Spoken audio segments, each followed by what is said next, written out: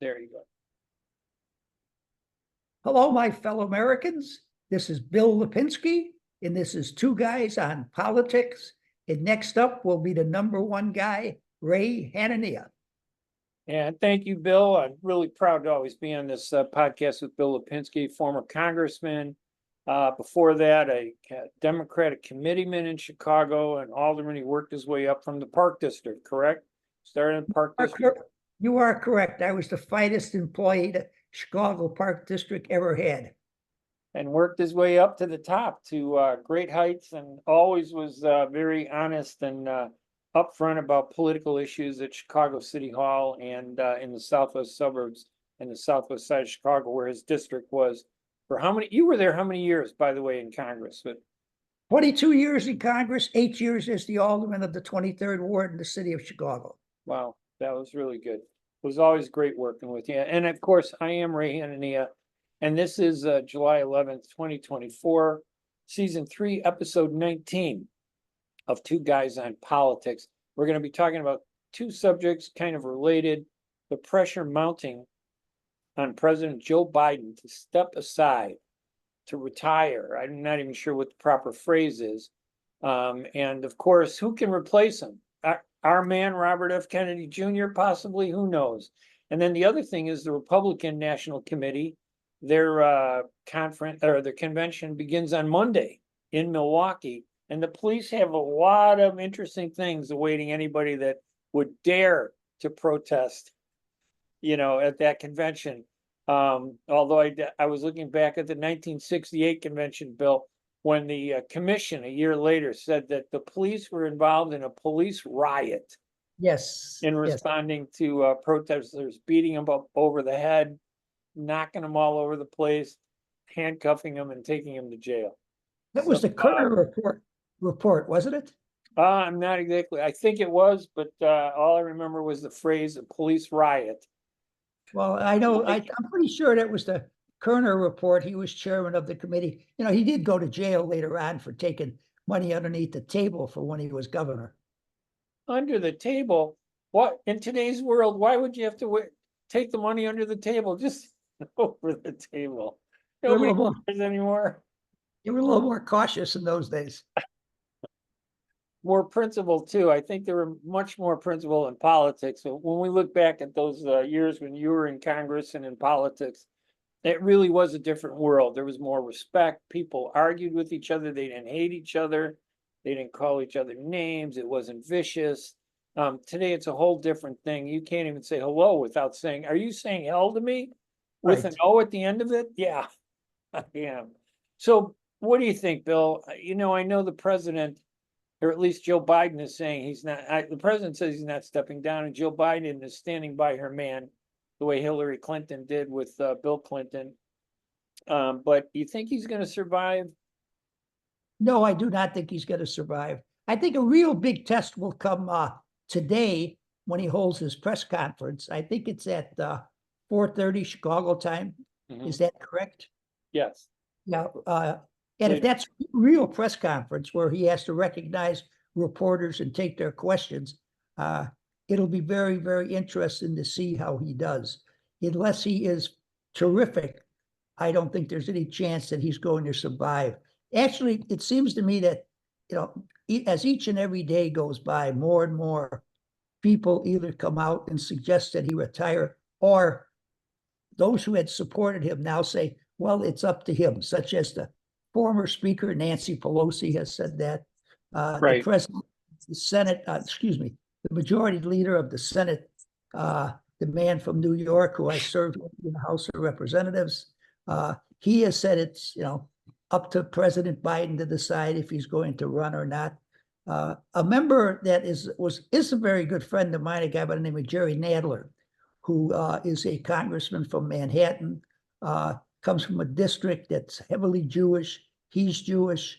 I don't think he's had an opponent in the past 10 years, Democrat or Republican. He has come out and said that Joe should retire. Now, he doesn't have any concerns whatsoever about being reelected because I say he doesn't have any opponent. But he has stood up and he has come out and said Joe should retire. as far as I'm concerned, the only people that are still strongly behind Biden are the Black Caucus and then AOC and her bunch of radicals. Those are the only two groups within The the squad. The squad, yes. Let's give them some respect, Bill. The squad. Okay, the squad, yes. Why should I give them any respect? I like them. I think they're good. The only Palestinian member is on there, Rashida Tlaib. So go, Rashida. Go. You know, that's why I brought it up. I wanted to see if you would admit why you support the squad. But as a good American, you did admit it. So I think that Joe's going to have a very, very difficult time surviving. Yeah. I have been talking about Michelle Obama riding in on a white horse and saving the Democratic Party. But yesterday I was at a baseball game, and one of the people that were there is a very, very good friend of David Axelrod. Now, you know David Axelrod. Yeah, good reporter, good political strategist. Absolutely. I think Obama owes his career to David. I think David did a tremendous job to help him. I think that is absolutely correct. I remember when David was a columnist for the Tribune, he called me up and he said to me, I'm thinking about giving up being a columnist and going into being a political consultant. What do you think? And I says, David, I think you'd be making a terrible big mistake. I think you should stick with the Tribune. You're a successful columnist. I don't think you want to get into politics. Fortunately for him, he didn't heed my advice, and he went and became a political consultant and made millions and millions and millions of dollars. But David's a good guy. Getting back to why I bring him up, he's very close to the Obamas, as you said. He is the one that has really been trying to move Michelle Obama into running for president, to be the one that takes Joe's place. She has resisted it. She continues to resist it, according to David Axelrod, and he doesn't believe that she's going to get into the race. So we can rule her out. Where we go from here, I don't really know. Do you have any ideas? Well, I mean, here's what I think. Anytime somebody repeats over and over again, I'm not getting out, I'm not getting out, I'm not getting out, I'm not getting out, they're going to get out. That's the way I look at it, because if you have to keep repeating it, that means there is a problem that is much bigger than, if you can't shut that down with one, I am not getting out, you're never going to shut it down. So I think he's in trouble. And I think it has a lot more to do with Dr. Jill Biden, his wife, really kind of pushing to keep him in the race. And why should he step down? I mean, after all, Ronald Reagan had Alzheimer's during the last few years of his second term. I want to go on Nancy Reagan objecting to that statement. There's no proof of that whatsoever. You keep bringing that up against the second greatest president in the history of the 20th century. Please, if he did ever have Alzheimer's, after he left office. There was a difference with Reagan, of course. In the beginning of his second term, he was very cogent and cognitive, and he was there. It wasn't until later, I think, in his third year of his second term, that there were issues, that people were noticing issues, and people started talking about, issues. And I think they all speculated that it was Alzheimer's, but nobody could say for sure. But it was true. He was surrounded by good people. Nancy Reagan was a smart person, politically sharp. He had Reagan, I think was the guy, Michael Reagan. There were a bunch of people around him that, regardless of his situation, they followed his mandate and continued it until the very end. So in his case, I think there were some calls from Democrats that he should step down because of his problems. But today the Democrats don't remember that. It's funny how you don't want to remember something that's going to undermine your argument today.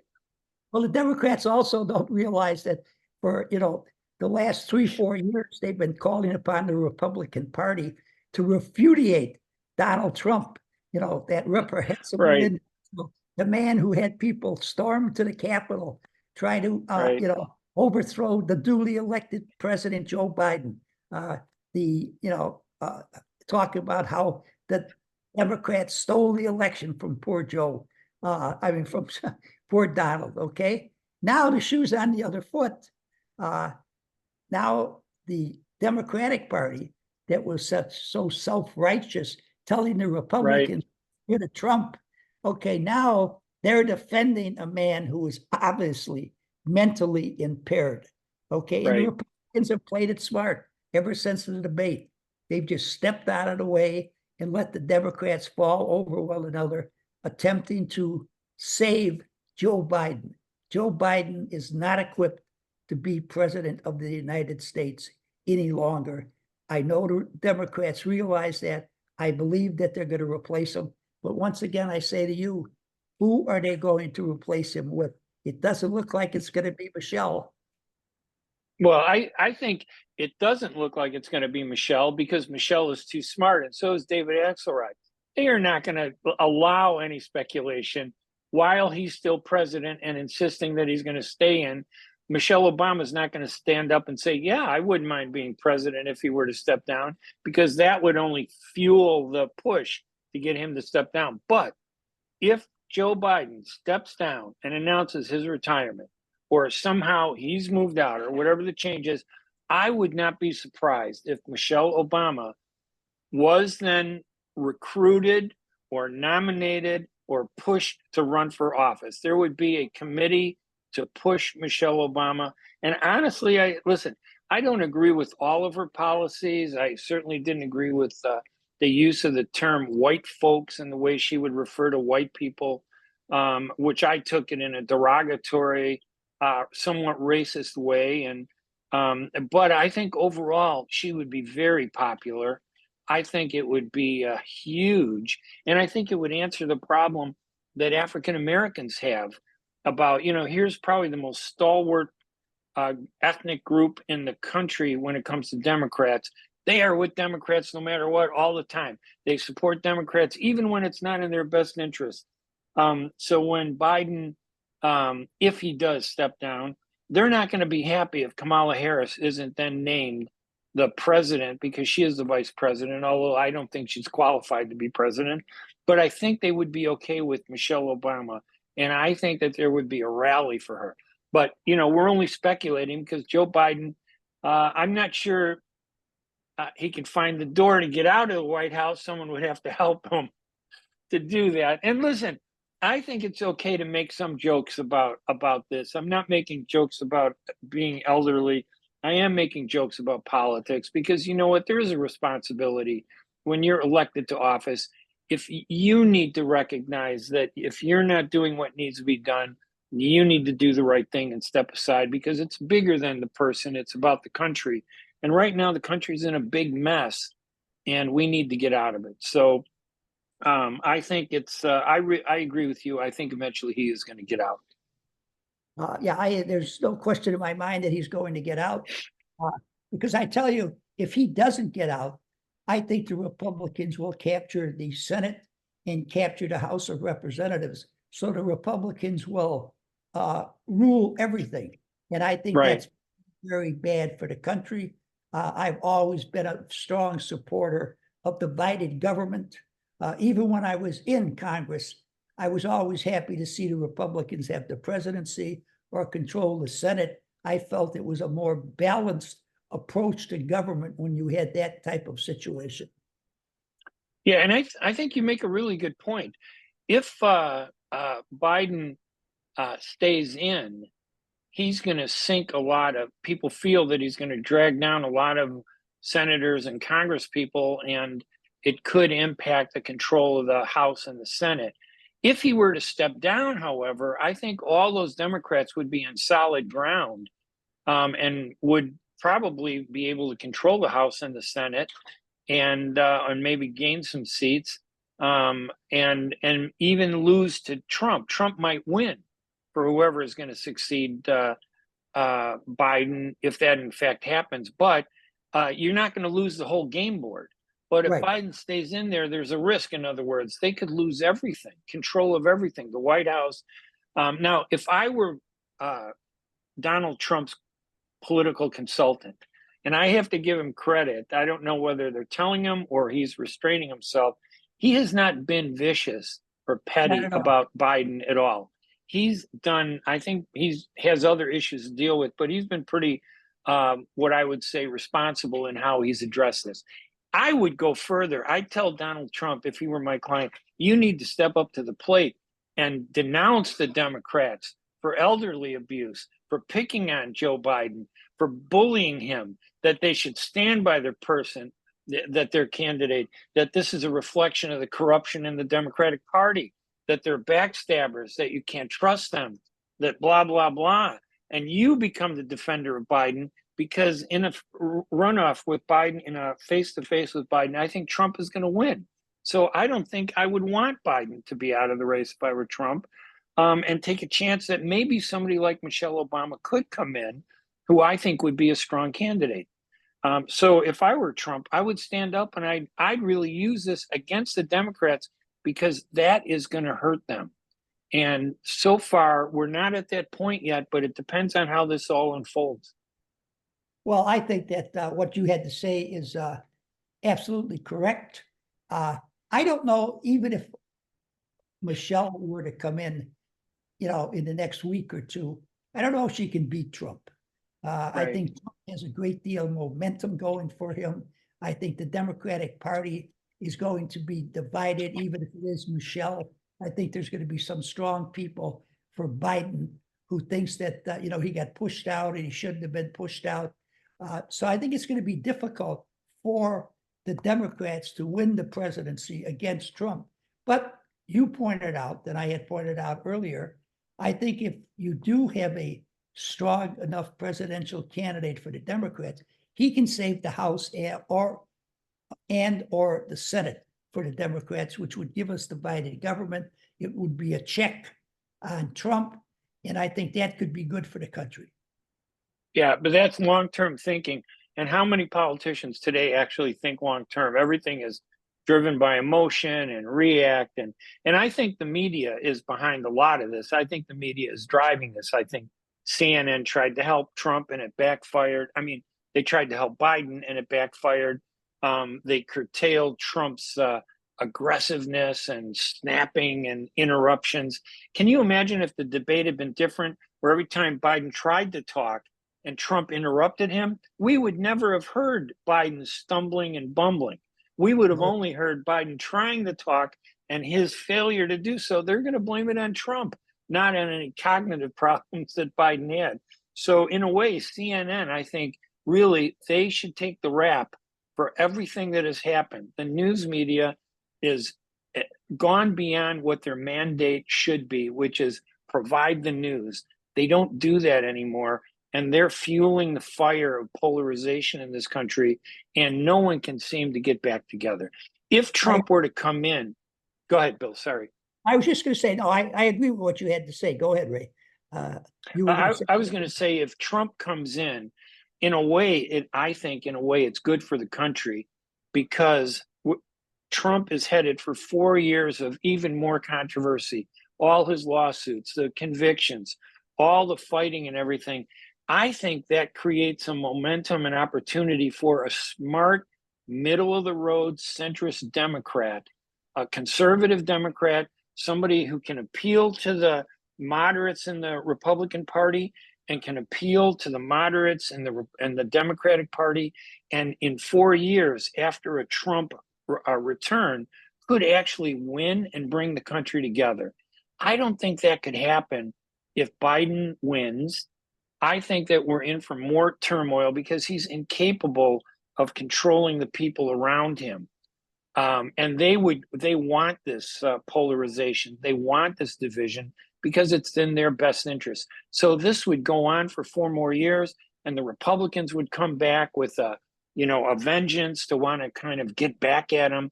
We could be in this polarization for another 2 decades, and it will destroy us, I think. So maybe if Trump comes back, it could end this, and we could find somebody from the Democratic Party who could bring back sanity to the country. Well, Trump, during that debate with Biden, I thought he played it perfectly. He didn't attack. Yeah, he did. Biden. He stood back. He actually seemed like he felt a little sorry for Joe because Joe was so mixed up. I mean, he gave him a couple of zingers, but they were sort of diplomatic zingers. They weren't Right, his right. harsh, brutish, self. So I thought he played it very well. And to me, ever since that, he's been like, your next door neighbor, nice, kind, friendly guy, not after anybody. He's played this perfectly, and I think it's helped him considerably. I think that if it turns out to be Trump, Biden, and our man Kennedy, I would not be surprised if Kennedy, if he gets on the ballot in every state, winds up pulling as many electoral votes as Biden. Because I don't see how, you know, I dislike Trump very, very much. But watching Joe Biden in that debate, how anybody can think he's Yeah, capable of being the yeah. president of the United States is beyond me. It's strictly politics as far as I'm concerned. And the worst part of all this is we're not talking about the issues we face. Right. We've spent the last 2 weeks talking about whether somebody's qualified to run for president. And this debate is dominating everything. Next week, we go into the Republican National Convention, and who knows what could happen there. We're going to have the police. We've seen all these protesters, how strong they've been all over the country. They're going to be at the convention. The Milwaukee police announced today that they're going to have pepper spray and gas that they're going to use if they have to. And they're even going to use rubber bullets. Now, being Arab and Palestinian, I've been to the West Bank. I've seen a rubber bullet. A rubber bullet, there are two types. One is a ball bearing made of steel covered in rubber. And if that hits you, that will kill you.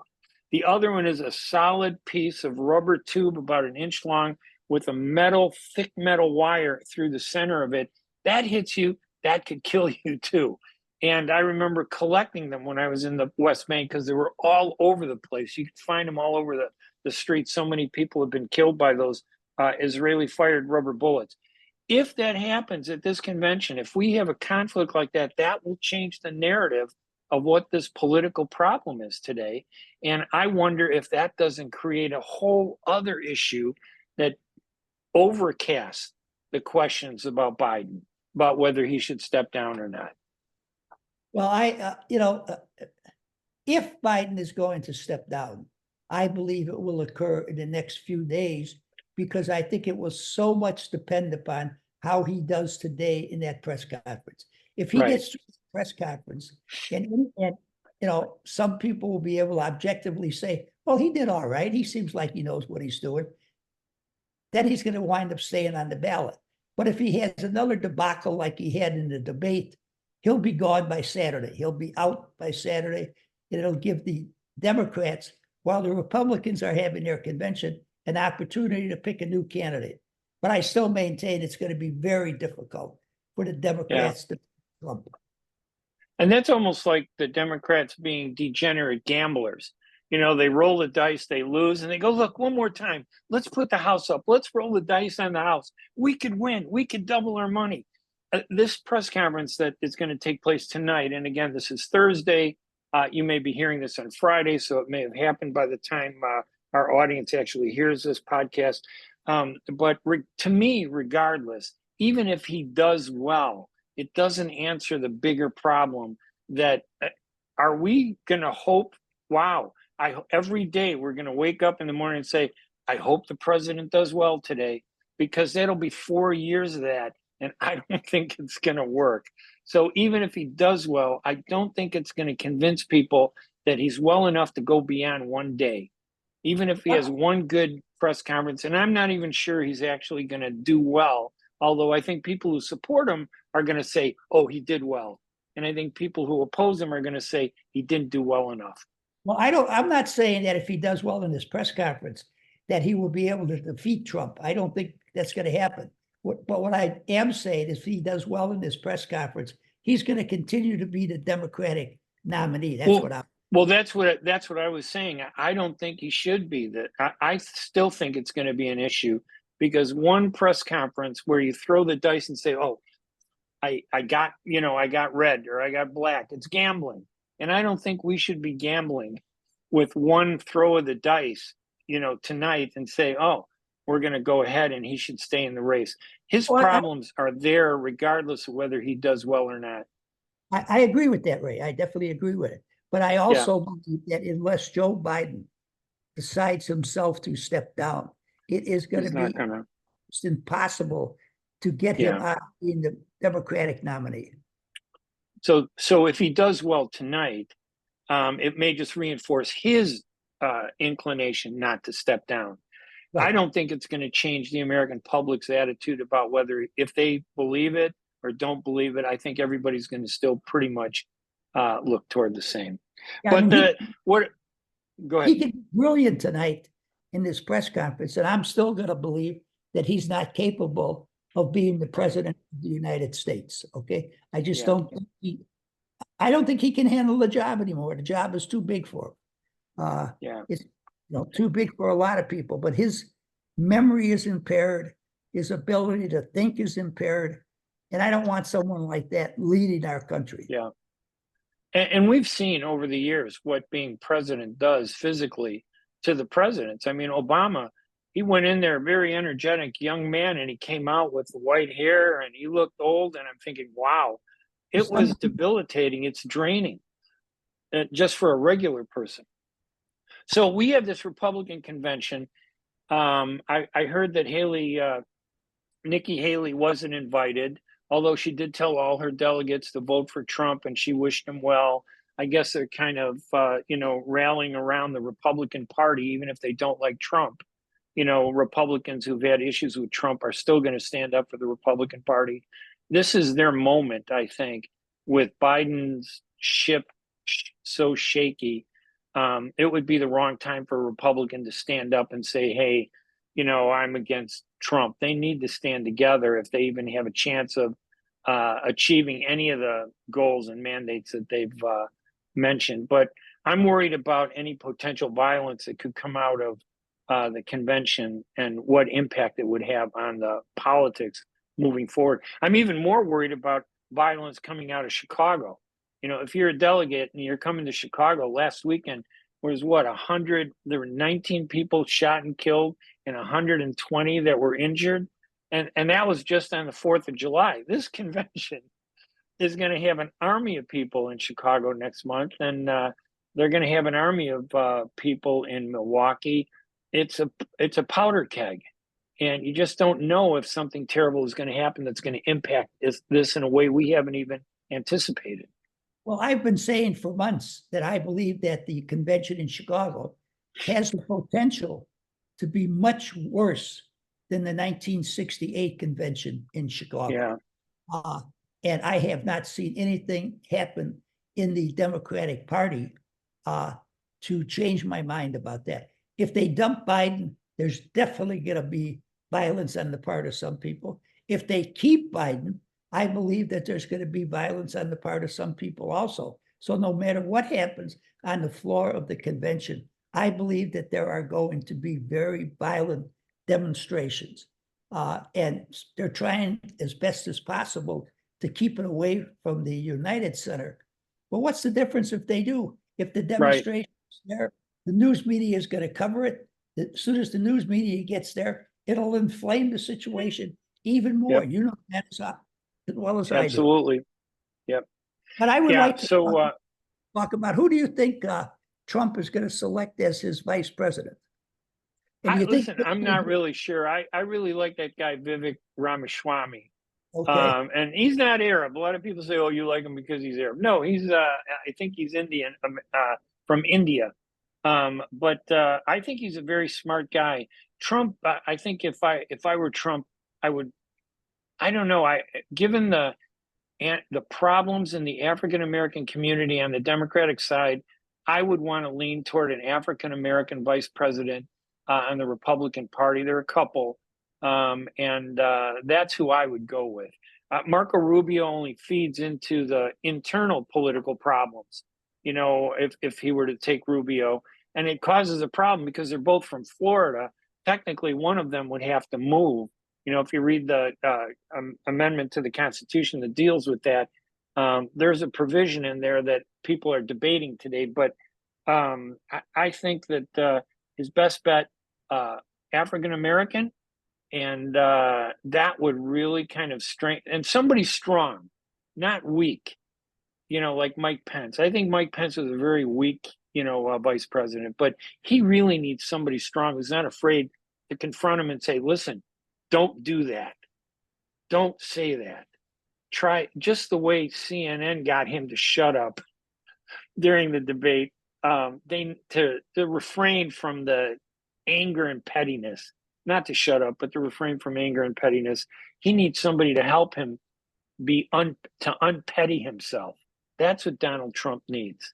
Well, I think you should pick Mike Scott, the senator, the African-American senator from South Carolina.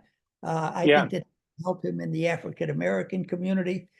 Even if he could get 2-3 points less African-Americans voting for the Democrats, that would be very, very helpful to him. I don't happen to like Mike Scott. I attended a dinner for him back when he was running for president. In the way he talked at that time, in the way he was anti-Trump, I was all for him.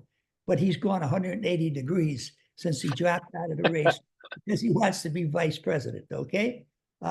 So once again, it's a politician putting his own ambition ahead of what's good for his country, what's good for his party. But that's who I would pick if I was. I think that would be a good pick. I agree with you. I think that would be a good pick. But we don't know what he's going to do. Is he going to go for internal politics to find somebody that helps him in the party, or is he going to go for national politics, something that would help him around the country? It'll be interesting to see. I think he's going to win no matter what happens. I think Robert F. Kennedy, the Democrats are really undermining Robert F. Kennedy. The Democrats have fought him at every angle. They won't give him security, and he's a presidential candidate. And given everything that's happened to the Kennedys, I think that we've never even had a time to focus on that. It's really petty on the part of the Democrats to block that. And I think that there is a chance, as you point out, he could get as many delegates as Biden, and he might get enough to prevent Trump from getting the 270 that he needs, to be president. So we may end up in the House with all this. And who knows what's going to happen there, and what will that do to the country again? Look at what's happening to us. Nobody seems to care. All this stuff is hurting us, and nobody is man enough or woman enough to stand up and say we need to stop this, and get people to stop yelling at each other. There's no good debate anymore. It's all anger and emotion. People hate each other. They're attacking each other, justifying violence. Nonviolence is being pushed aside. It's very troubling, and I just see things worsening for the country. I concur with you, Ray. I concur with you. It's unfortunate, but I'm afraid it's true. And I blame the parties for the candidates that they have supported, and I blame the news media loving controversy in putting it on the air, get some more advertisers, they make more money, and that's, I believe, all they're interested in. Yeah, I agree. All right, Bill, I think we'll be looking forward to this press briefing, press conference. I guess it's going to be one-on-one. We'll see how he does, good or bad, and then what impact it will have. But I'm Ray Hanania. I'm Bill Lipinski. And this has been Politics. July 11th, 2024. We'll see you again next week, everybody. Thank you so much for listening. Bye-bye, everybody.